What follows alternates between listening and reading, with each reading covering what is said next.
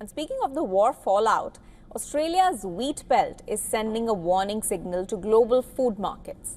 Analysts warn that Australia, the world's third largest wheat exporter, could ship up to 10 million tons less wheat this season.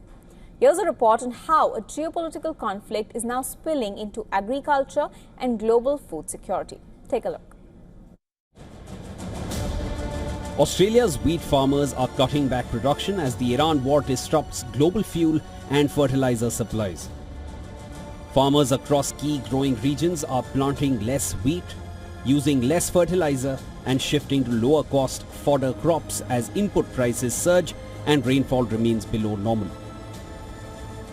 With the triple whammy of weather, fuel and fertiliser, I think we're likely to see a drop in production right across Australia. I think everyone will be trying to save their money and put it into, just make sure that they can get through to the other end and get to next year. And Australia is the world's third largest wheat exporter, but analysts now warn the country could ship up to 10 million tons less wheat in the coming season.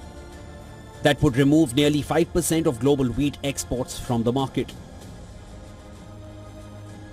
The biggest concern for Australia's grain sector is fertilizer availability. The country imports more than half of its nitrogen fertilizer needs from the Gulf, making it heavily exposed to supply disruptions linked to the Iran conflict. The fall in Australian output is also likely to push global wheat prices higher, especially at a time when food supply chains are already under pressure from climate-related disruptions. For many Australian farmers, the current season is becoming a battle to preserve cash flow rather than maximize production. Some growers are reducing fertilizer use by half, while others are planting crops mainly for livestock feed instead of commercial grain sales. I think it's inevitable that if we don't have enough fertiliser, we're going to have lower production, and if it's dry, so we're going to have lower production as well. So I think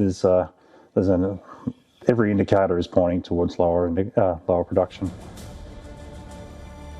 The concern is now shifting beyond this year's harvest.